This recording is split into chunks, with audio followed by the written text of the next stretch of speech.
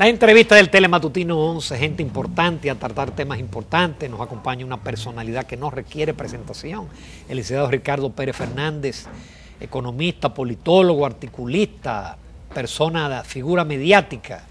Buenos días, Ricardo, un placer tenerte siempre en el programa. Gracias por esa inmerecida introducción. No. Gracias, Ricardo, bienvenido. Cuando Ricardo viene, el rating hace así, se dispara. Vamos a comenzar en el ámbito local, Ricardo, con el dichoso tema de las primarias abiertas y cerradas, de la ley de partido, la comunicación del presidente Medina, la reacción del expresidente Fernández, el comunicado de la conferencia del episcopado. ¿Tú crees que realmente habrá una solución en el Congreso, en la comisión bicameral? ¿Van a llegar a un acuerdo? Si la disposición que existe en este momento es realmente lo de, digamos, convertir en ley lo que resulte de un acuerdo de consenso, entonces sí se podrá hacer. Lo que pasa es que ese debió de haber sido el punto de partida desde el inicio, y eso es lo que se ha criticado. Bueno, más vale tarde que nunca. Sí, para veces, ojalá hay de tiempo antes alguien del año dice que 2020 otras veces pasamos del absurdo Partimos del absurdo para terminar en lo posible. Sí.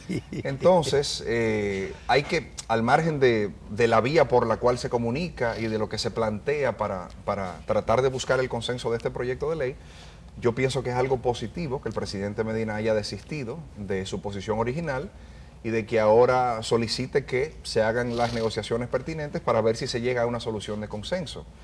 Pero la crítica que recibe esta postura ahora, naturalmente, es que ¿por qué no se hizo antes? ¿Por qué en el Senado sí se impuso cuando era evidente que no había un consenso? ¿Y por qué se intentó múltiples veces en la Cámara de Diputados también, para al final entonces terminar en esta posición? Yo soy de los que creo que igual es positivo, ojalá y quede tiempo antes de las elecciones del año 2020. ¿Por qué? Para que si se faltan pueda 2 llegar a una años, ley Ricardo, de tú haces consenso. énfasis en esto, lo dijiste 2 veces. Porque es que el tema de las primarias es solo uno de los temas. Yo eso lo vivo diciendo. Digo, señores, esta discusión no ha empezado todavía. El tema de las primarias es solo uno de esos temas controversiales. Uno solo, ¿eh? Deje que lleguemos entonces en el ámbito de la ley electoral, porque recuerden que ley de partidos sin ley electoral estamos esencialmente en lo mismo, y se trata el tema del financiamiento de las campañas, el financiamiento de los partidos, el tema de la publicidad, el tema de los tiempos para las campañas electorales. Todo eso también va a generar amplísima discusión en el seno de las organizaciones políticas y en la sociedad. Y eso va a requerir de un tiempo de discusión para poder llegar a alguna avenencia. Y en esos, pero decían los que han estado en las comisiones, en las distintas, que ya los puntos conflictivos realmente son muy pocos, porque ya se pasó. De la ley de partidos. Porque recuerden que en el marco de la ley de partidos todavía hay desacuerdo en otros puntos, como por ejemplo el tema de la cuota. Entonces ahora no solamente se plantea la cuota para la mujer, sino una cuota para la juventud que pretenden algunos. Entonces sobre eso todavía tampoco se ha llegado a un resultado definitivo.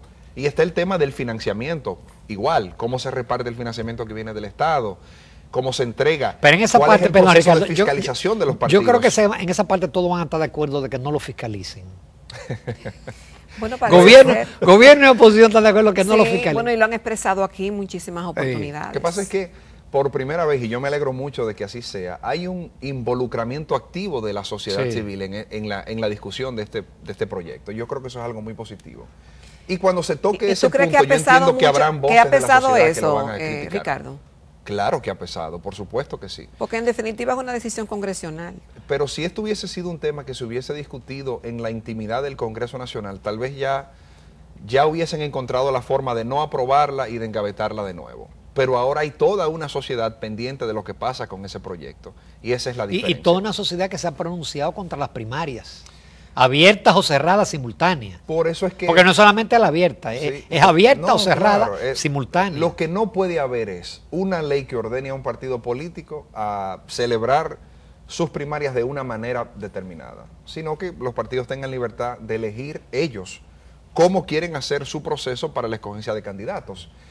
Y bueno, si la discusión no hubiese tenido como participantes estelares voces importantes de la sociedad civil, este proyecto ya hubiese tenido otro destino. Yo tengo entendido que en los países que hay las primarias abiertas es porque lo dice la Constitución. No tengo conocimiento de que así sea. Bueno, en Uruguay, en el caso de Uruguay y Argentina, sí. Es así. pero también hay que entender el por qué en esos países se impuso ese sistema. En el caso de Argentina es curiosísimo. Lo que pasa es que el peronismo ya, como lo es todo, ya en estos días no es nada, era la forma más sencilla de ellos poder identificar el candidato con mayores posibilidades sin tener que pasar por el proceso habitual de las contiendas intrapartidarias. O sea, esos dos países que son los únicos que lo tienen, y tampoco es absoluto, porque en el caso de Uruguay usted tiene que estar inscrito para poder entonces votar en la primaria de algún partido. Tampoco es que usted se aparece el día de la elección donde usted quiere y elige el candidato de la organización que usted quiera. Hay algunos requisitos previos, lo mismo pasa en Chile, por ejemplo. En el caso de Argentina es un caso muy específico por lo que sucede allá en la política y en la confección, digamos, de las preferencias y las ideologías partidarias. Pero fuera de ahí no existe ese modelo en ninguna otra parte del mundo. En Estados Unidos lo de las famosas primarias abiertas no es tal. Eso no existe. Para usted votar en la primaria de un partido, tiene que estar previamente inscrito o figurar en el registro de electores como no inscrito en ninguna organización política para entonces poder ejercer el voto. No hay primarias abiertas como aquí se han planteado que sean. No existen en ningún sitio, esa es la verdad. Con ese modelo así abierto, con el patrón de la Junta, no existen en ningún lugar. Ricardo, ahora se está hablando de que, bueno, la iniciativa del presidente ha sido aceptada, pero en términos de procedimientos y de respeto a las leyes que rigen el Congreso, no es posible entonces que los senadores participen. Sí. ¿Cómo sería eso entonces? Pero parece que existe una vía. Parece que la Cámara de Diputados puede desapoderarse del proyecto para que entonces se cree la comisión bicameral para que se pueda conocer. Igual, el detalle técnico de cómo se hace, a mí ¿No particularmente ni me preocupa ni me interesa. A mí lo que veo positivo de esto es que si real y efectivamente se va a la mesa ahora procurando un consenso, entonces existe la posibilidad de que tengamos algo antes del año 2020. Y yo creo que eso es lo positivo de este giro en la posición del presidente con relación a. Y cuando se dice cuanto antes, la gente cree que es la semana que viene. ¿El qué? Que se va a aprobar, porque no. El final de que se apruebe cuanto antes. Sí. No, el cuanto antes es idealmente antes de que la Junta Central Electoral empiece a organizar las elecciones del año 2020, que ya está a la vuelta de la esquina. Sí. Entonces, pero este es un paso que nos coloca más cerca de eso que lo que estábamos hace una semana. O sea, que tengamos esperanza de que de aquí pueda salir algo.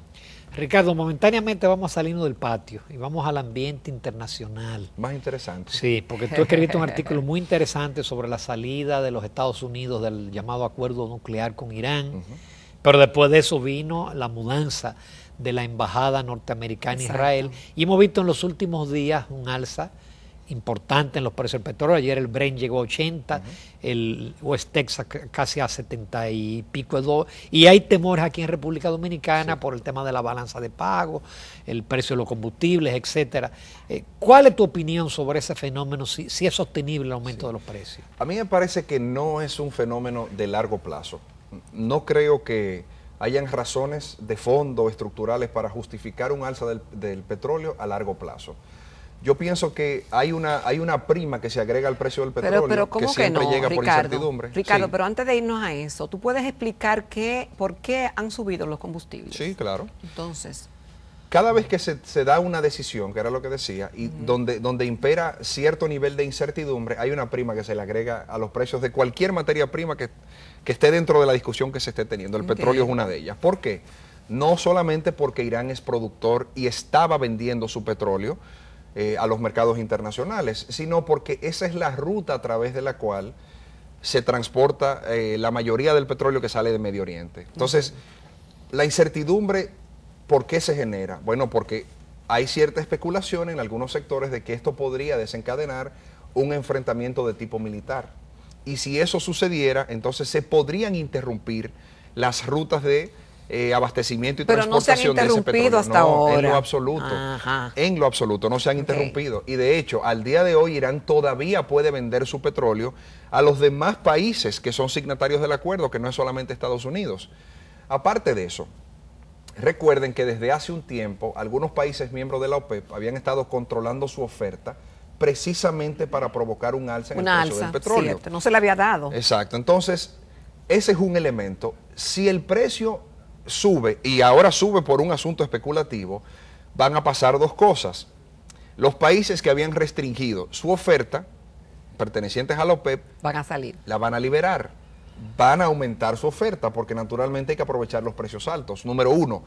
Número dos, se reanudará la producción de petróleo a partir de gas de esquisto, que en este momento está detenida porque no es rentable. No es rentable. Me parece que el punto de corte son como $76.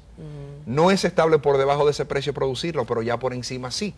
Entonces, si cruzara de esa barrera y se estabilizara ahí, reanudarían esas operaciones, los demás aumentarían su oferta en el mercado internacional, y yo pienso que eso contribuiría a que el petróleo vuelva y descienda y se estabilice en los niveles que ha estado en los últimos 2 años. Y esto a pesar del problema de Venezuela. Que se ha caído la producción. Pero no, influye lo de Venezuela, Ricardo.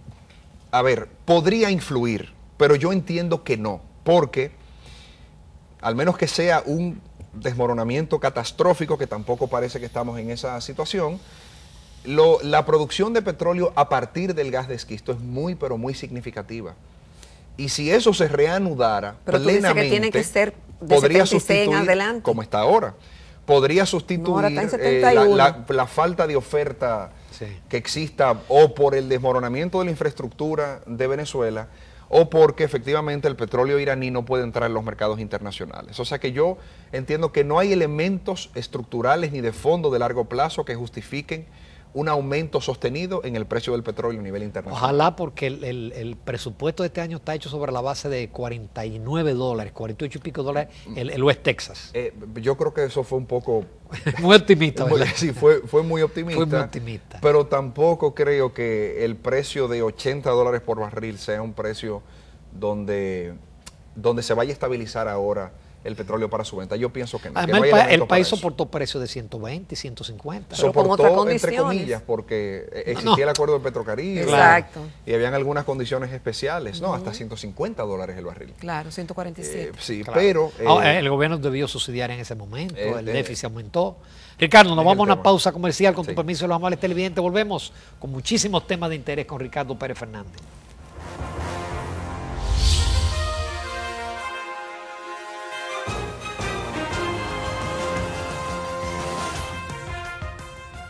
Esta mañana en el programa nos acompaña el licenciado Ricardo Pérez Fernández, economista y politólogo.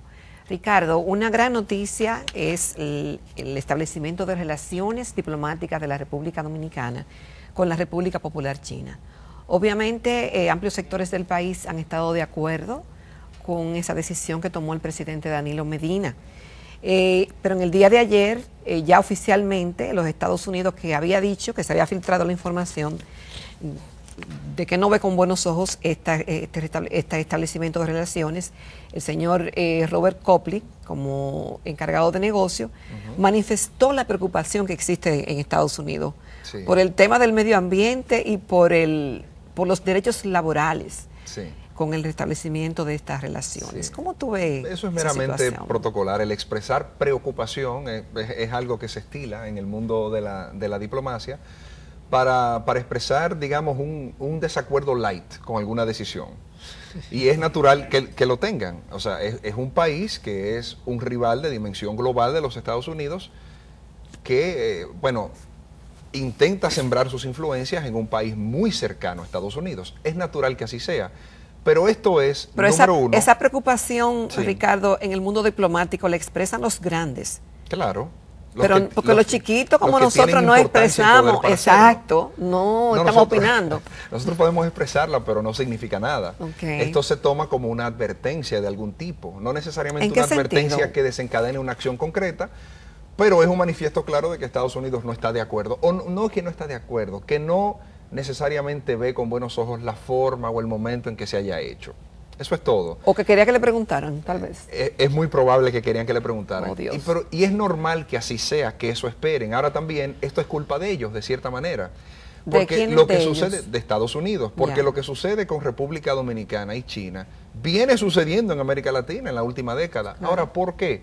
Porque a partir del 11 de septiembre del año 2001, Estados Unidos dio la espalda a América Latina y se concentró en terrorismo y Medio Oriente. Y se olvidó de nosotros. Entonces, en ese periodo de tiempo, Rusia ha incrementado su huella en la región. China ha hecho lo mismo, hasta Irán tiene unas relaciones muy cercanas con Venezuela, por ejemplo. Y esto ha sido consecuencia de un abandono sistemático de Estados Unidos con sus aliados naturales, con sus primeros aliados naturales, que son los países de América Latina. Entonces yo pienso que es normal que ellos expresen este tipo de preocupación. Lo que sí me causa hasta risa es que una de las razones que citen es el tema del medio ambiente.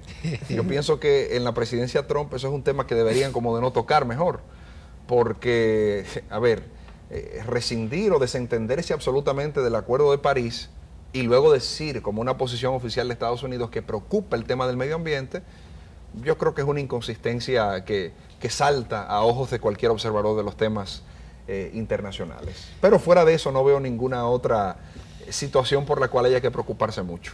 Ricardo, sin embargo hay sectores que han visto, bueno, de hecho el comunicado del gobierno plantea como una especie de gran panacea las relaciones con China, que eso va a ayudar al país, que eso va a impulsar. Sí. Hemos visto, claro, opiniones diferentes en algunos articulistas, pero desde el gobierno se le ha dado un matiz de que es una cosa, es un paso extraordinario, sí, beneficioso. Bueno, lo podría hacer, tiene todo el potencial para hacerlo. Todo dependerá de las condiciones en que República Dominicana negocie lo que sea que se pueda negociar en el marco de esta apertura de relaciones bilaterales. O sea, China tiene interés de invertir en la República Dominicana. Bueno, perfecto, pero ¿en cuáles sectores? ¿Bajo cuáles condiciones? Porque hay que aprender también de las experiencias de otros países, centroamericanos y africanos, en su apertura de relaciones con China y lo que ha venido inmediatamente después, que sí, en principio implica inversiones que para los países destino podrían ser cuantiosas, pero luego verifican que se dan en condiciones donde en el mediano y largo plazo no son necesariamente beneficiosas. Los chinos han demostrado ser... ¿Cómo así? ¿Cómo así, Ricardo? Los chinos han demostrado ser, por ejemplo, o han demostrado no tener mucha conciencia en el tema del medio ambiente. Sí.